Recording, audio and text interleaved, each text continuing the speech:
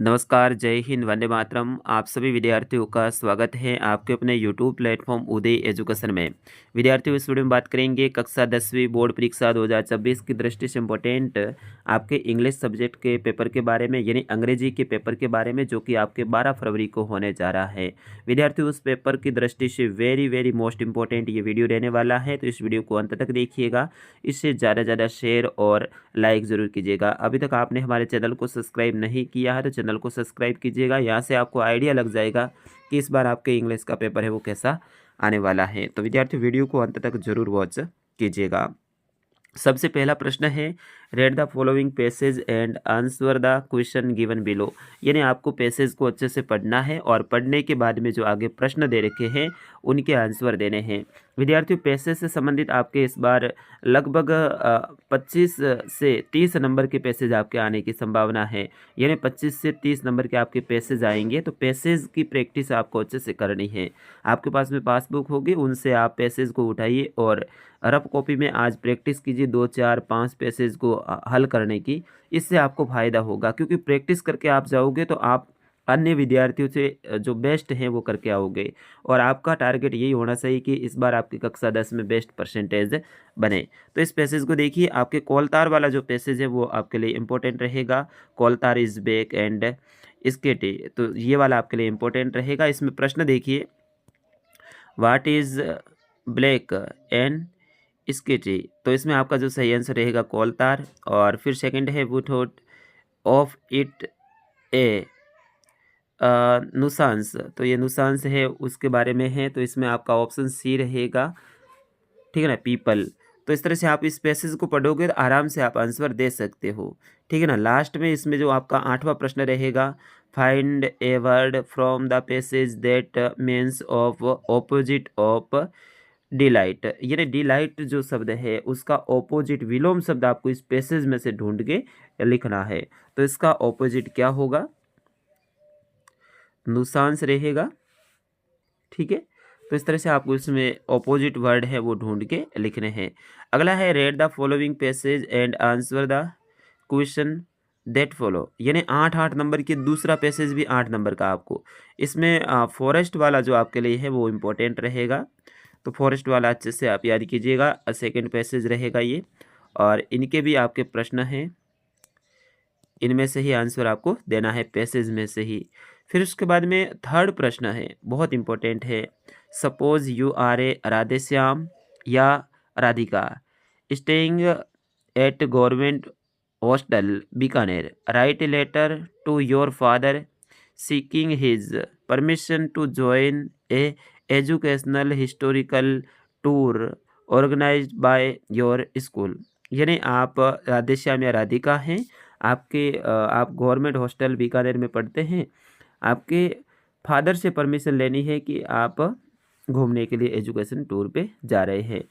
और ये आपका बोर्ड मॉडल पेपर 2026 में जो जारी किया है उसमें भी ये प्रश्न दिया हुआ है। अथवा में ऑप्शन रहेगा, you are a Bharti of class 10, you are a ill, यानी आप भारती हैं कक्षा 10 की विद्यार्थी और आप इल है यानी आप बीमार हैं। यू कन नॉट अटेंड स्कूल, यानी आप स्कूल में नहीं जा सकती हैं। Write went a email to your class teacher to grant you leave for 2 days, यानी आप अपने कक्षा अध्यापक को ईमेल लिखिए 2 दिन के अवकाश के लिए। द ईमेल एड्रेस, ये उनका ईमेल एड्रेस है। तो इस तरह से आपको ईमेल भी लिखना आना चाहिए। तो ईमेल वाला भी आप लिख सकते हैं, ईमेल नहीं आता है तो आप एप्लीकेशन लिख सकते हैं।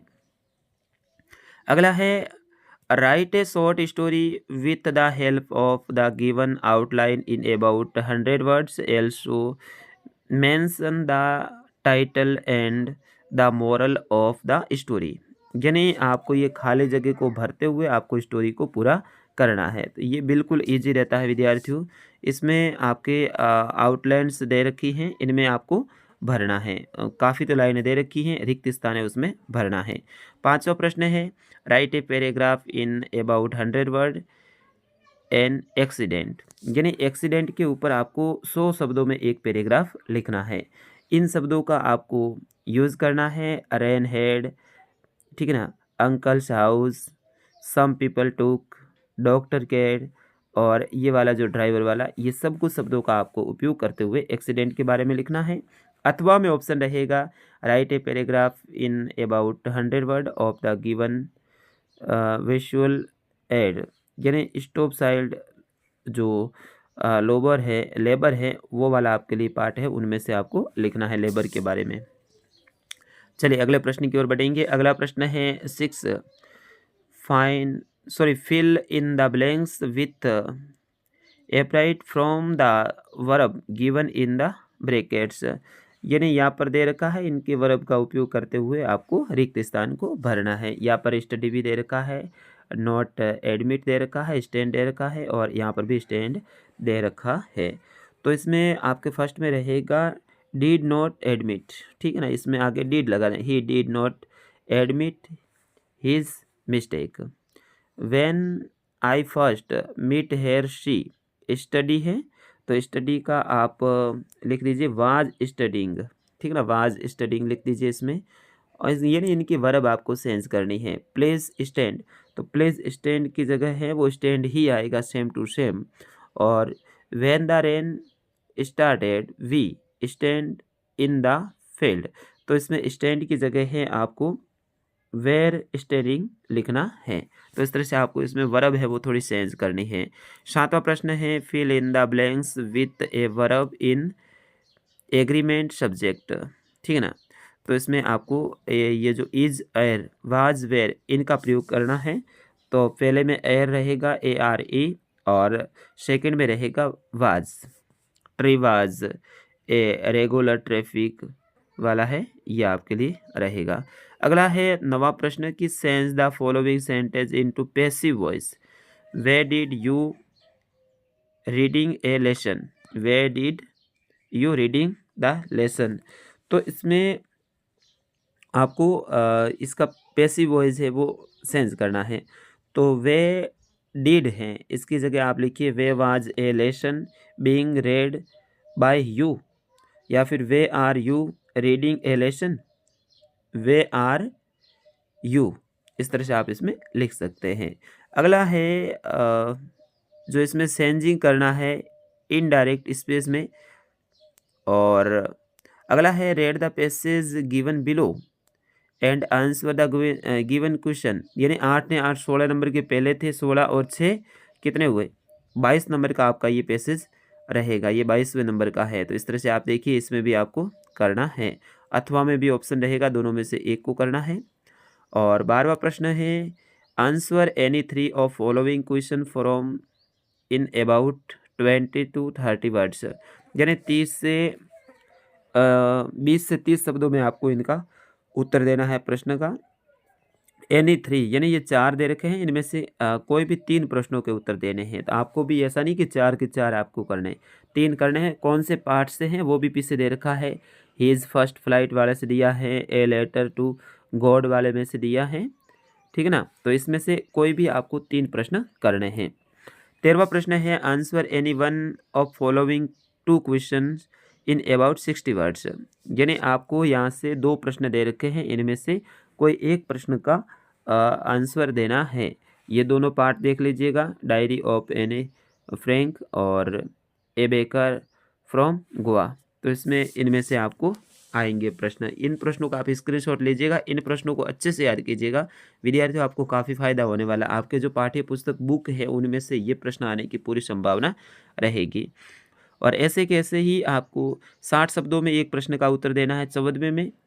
और फिर उसके बाद में read the one of following extras and answer the question below, तो इनको पढ़ना है, पढ़ने के बाद में आपको आंसर देने हैं। और 16वां है answer any 2 following 3 question in about 20 to 30 words. यहाँ पर भी सेम आ रहा है वापस, आपको 3 में से 2 प्रश्नों के उत्तर देने हैं। यहाँ पर एक प्रश्न का उत्तर देना है, और इसमें भी एनी 2 ऑफ फॉलोइंग क्वेश्चन, तो आंसर 3 में से 2 के आपको देने हैं। तो इस तरह से ये आपके पाठ्य पुस्तक के प्रश्न हैं, आप इसका स्क्रीनशॉट लीजिएगा और अच्छे से तैयार कीजिएगा। इस तरह से 19वें में भी सेम ही है, आपको पाठ्य पुस्तक के जो प्रश्न हैं इनको पढ़ना है, पढ़ने के बाद में आपको आंसर देना है। और फिर उसके बाद में 20वां प्रश्न, चूज द करेक्ट आंसर। इसमें आपको सही आंसर का चुनाव करना है। तो ये जो आपके 4 ऑप्शन रहेंगे, इनमें से आपको सही आंसर का चुनाव करना है। तो इस तरह से ये आपका पूरा पेपर आने वाला है। विद्यार्थियों, मैं आशा करूँगा ये वीडियो आपको पसंद आया होगा। फिलहाल इस वीडियो में इतना ही। नमस्कार, जय हिंद।